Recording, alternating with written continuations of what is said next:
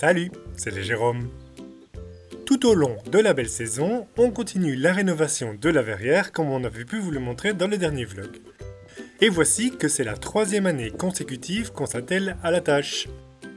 Au début des travaux, il y a 3 ans donc, on avait aussi remis en verre transparent ce qu'il était à l'origine, car, à part les ouvrants, tout avait été remplacé par ces plaques en fibre de verre et résine.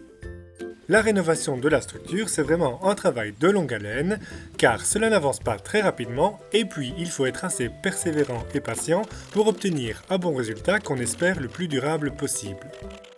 Et aussi, ça dépend tout de même de la météo, car il ne doit pas faire ni trop froid, ni trop chaud, ni pleuvoir. Bref, le temps idéal, c'est un temps sec et nuageux, mais bon, s'il fallait n'attendre que les bonnes conditions, on n'avancerait pas non plus.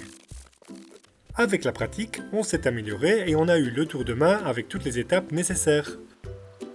Chose que l'on ne faisait pas au début, le traitement des plaques qui remplacent les verres décoratifs avec une laque de protection qui résiste aux ultraviolets, en gros une lasure transparente, afin que le soleil ne dégrade plus la résine et que cela ne file pas comme c'était le cas sur toute la surface. Et évidemment, comme on a décidé cela en cours de route, on a dû repasser sur tout ce qui avait déjà été fait. Heureusement, cette étape n'est pas la plus compliquée et cela a été rattrapé rapidement. L'année dernière, on terminait la saison en ayant fini toute la partie du haut de la verrière. Et cette année, même s'il reste encore pas mal de surface à rénover, on s'est mis pour objectif d'avoir terminé la restauration de la structure côté extérieur. Voici donc un petit résumé de cette saison de travail, et puis comme on s'est amélioré, un petit retour de notre expérience. Et à vrai dire, du coup, on trouve que c'est à la fin des travaux qu'on travaille le mieux. Il aurait presque fallu devoir commencer maintenant.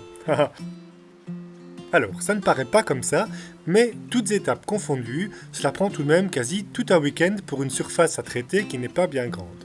Et il faut d'ailleurs définir cette surface sans être trop optimiste, car on s'est déjà retrouvé pris par la tombée du jour ou la pluie. Et du coup, ça fait vraiment des très longues journées. On commence la veille par l'application d'un gel décapant écologique.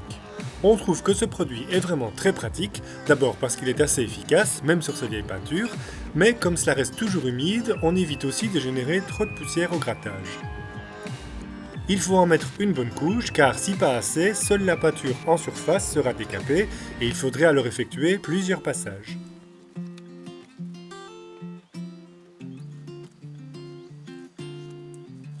C'est appliqué sur toute la partie qu'on va faire en une seule fois, et qui est déjà en fait beaucoup. Défi, quand tu nous tiens. Avant de commencer le travail, on passe à la préparation des outils. Et dans les outils qui ont le plus servi et se sont avérés être les plus efficaces, il y a cette simple petite brosse métal qui s'use tout de même assez vite, mais on le tire vraiment le plus longtemps possible. Et puis ces grattoirs à plusieurs profils dont tous les côtés servent en fait. Ils s'usent aussi assez vite, mais pour prolonger leur durée d'utilisation, on fait un affûtage à la meule avant chaque journée de travail, et même parfois 2. Et à force évidemment, les premiers qu'on a depuis le début sont devenus tout petits. Du coup, sur les 3 ans de chantier, on a dû en utiliser que 7 pour toute la verrière. Et c'était assez pratique d'en avoir plein sous la main, histoire de ne pas tout le temps devoir aller les affûter. On meule chaque face selon le même angle d'attaque, c'est parfois un peu plus délicat avec le côté arrondi. Et une chose qu'on a fait aussi, c'est ces petites encoches sur les côtés, bien utiles pour gratter dans la rainure présente sur le profil des éléments de la verrière. Sur place, on prépare la bâche qui va recueillir les déchets de peinture, car le décapant est écologique, oui, mais la peinture qu'on retire ne l'est pas du tout, surtout cette vieille peinture des années 60 qui contient du plomb. On protège aussi un minimum les côtés, car malgré tout, cela crée toujours un petit peu de poussière et ça va se déposer sur toutes les parties propres déjà traitées. C'est d'ailleurs la raison pour laquelle on a commencé par bande, de haut en bas sur toute la surface de la verrière. Parce que même si on fait attention, lors des manipulations, ça salit ou on risque d'abîmer ce qui a déjà été rénové. Et donc de cette façon, cela diminue l'impact sur ce qui est déjà fait sans devoir tout protéger à outrance. Et c'est prêt! On peut voir que la peinture est déjà toute fripée, prête à être retirée. Et c'est parti pour le grattage. Il faut juste beaucoup d'huile de coude et finalement rien de compliqué, si ce n'est qu'avec l'habitude, on voit mieux quel profil du grattoir convient à chaque morceau pour que cela soit le plus efficace. Et on n'hésite pas à réhumidifier avec un pulvérisateur, car au soleil, cela sèche assez vite. Les plaques aussi sont passées au grattoir avec le côté plat, ça leur fait en fait comme un bon rasage.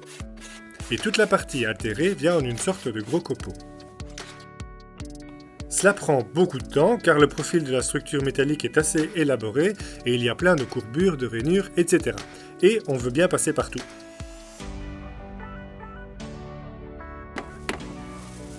On en profite aussi à quelques endroits pour remettre droit quelques montants qui ont été voilés, probablement à cause de choc ou d'un affaissement.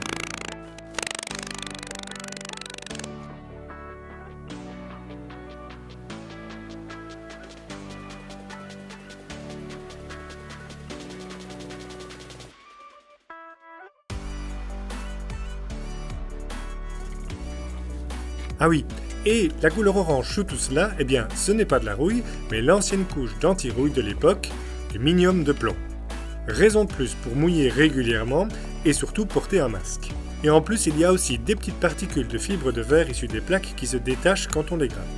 Pour cette raison, à nouveau, même si le gel décapant est écologique, les déchets issus de ce décapage sont des déchets chimiques dangereux et il faut les éliminer via une déchetterie qui reprend ce genre de déchets. Après que la peinture a été retirée, avec un petit pic, on vient gratter tout ce qui reste dans les petits recoins, notamment entre le métal et les plaques. Car il reste encore plein de morceaux de fibres et de saleté.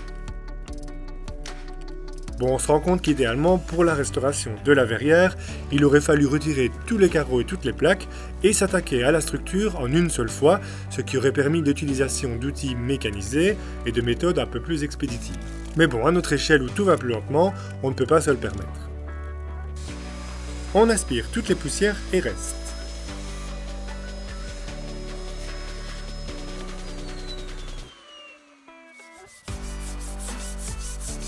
Et puis, c'est parti pour le brossage, avec la fameuse petite brosse métallique, pour bien tout nettoyer et enlever tout ce qui peut encore l'être. Notamment aussi les particules de rouille quand il y en a.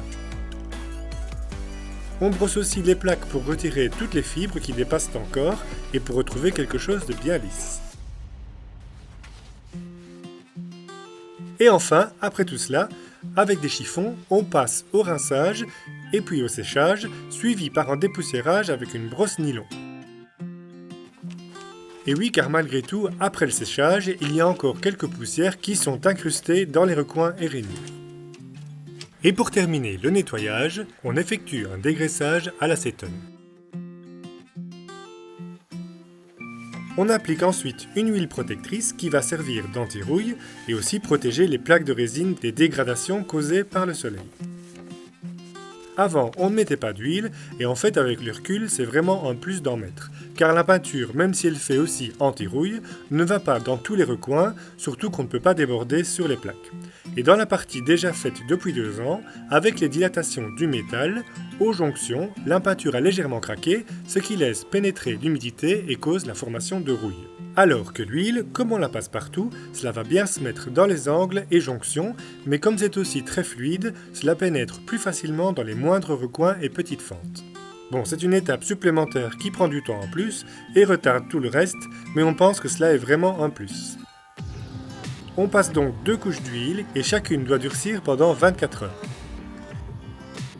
Il reste encore un peu de minium dans les aspérités et petits trous, mais il est impossible de tout enlever et puis ça laisse boucher les petits trous causés par la corrosion. On a aussi rebouché avec du mastic l'espace entre les piliers et la structure, car impossible non plus de redresser complètement cette partie. Et pour terminer, on applique 2 couches de peinture. Alors là aussi, eh bien, avec le temps, on s'est fait la main. Pour ce travail, un pinceau rond est pour nous le mieux. Et en le faisant tourner ou vibrer légèrement lors du passage, on arrive à bien tout couvrir sans bavure.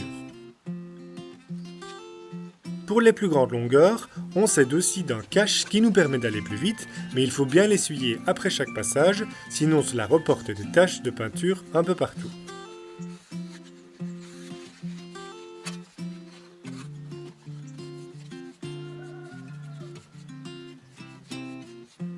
Malgré tout, c'est impossible de ne pas dépasser de temps en temps, alors dans ce cas, on essuie tout de suite avec un chiffon et une petite spatule. Et hop, ni vu ni connu. La seule chose qui est assez embêtante, c'est que comme cela prend du temps et qu'il y a plein de jonctions, la peinture a tendance à sécher et quand on commence une nouvelle forme avec un bord commun, cela peut être assez délicat pour ne pas que cela se voie. Alors pour les produits chimiques, à outrance ce n'est pas génial, mais parfois on en utilise tout de même un peu. Aussi, il faut savoir qu'il existe souvent une version plus écologique des produits traditionnels, comme les lasures, le white spirit, etc. Ou alors parfois même carrément des alternatives à leur utilisation. Et quand on ne peut vraiment pas faire autrement, on peut ceci dit tout de même rationaliser leur usage pour être le plus économe possible. Pour le nettoyage du pinceau, on utilise de l'acétone et on essaye donc d'en utiliser le moins possible. Pour cela, on a plusieurs pots. En premier, on nettoie le pinceau avec le contenu du récipient dont l'acétone est le plus sale. Cela permet d'enlever le plus gros de la peinture. On essuie le pinceau et l'acétone restant est versé dans un bidon dont le contenu sera éliminé en déchetterie. On utilise ensuite un peu d'acétone du deuxième bocal qui est un peu plus propre. On nettoie le pinceau et le contenu maintenant plus sale est versé dans le premier bocal. Il sera celui utilisé en premier la prochaine fois. On peut répéter cette étape s'il y a encore beaucoup de peinture et le pinceau est essuyé. Et enfin, on prend un peu d'acétone propre pour le dernier rinçage qui sera reversé dans le deuxième pot intermédiaire. De cette façon et avec très peu de produit, on a bien nettoyé notre pinceau. Et d'ailleurs, entre les deux couches de peinture, on peut aussi se passer complètement de nettoyer le pinceau en l'enveloppant de manière hermétique dans un morceau de film plastique comme un morceau d'emballage ou un vieux gant en latex. Après deux couches, c'est donc terminé. Et on aime assez bien le résultat. Ben c'est pas tout ça, mais c'est pas fini. Fin septembre, il en restait encore, alors on a mis les bouchées doubles, la météo nous a filé un petit coup de pouce, et in extremis, on a réussi à finir cela encore en 2019. Et voilà le résultat. Oui, je sais, c'est psychologique, mais ça aurait été dommage de devoir laisser si peu et attendre le printemps pour pouvoir terminer. Et comme c'est toujours plus parlant, voici un petit avant-après.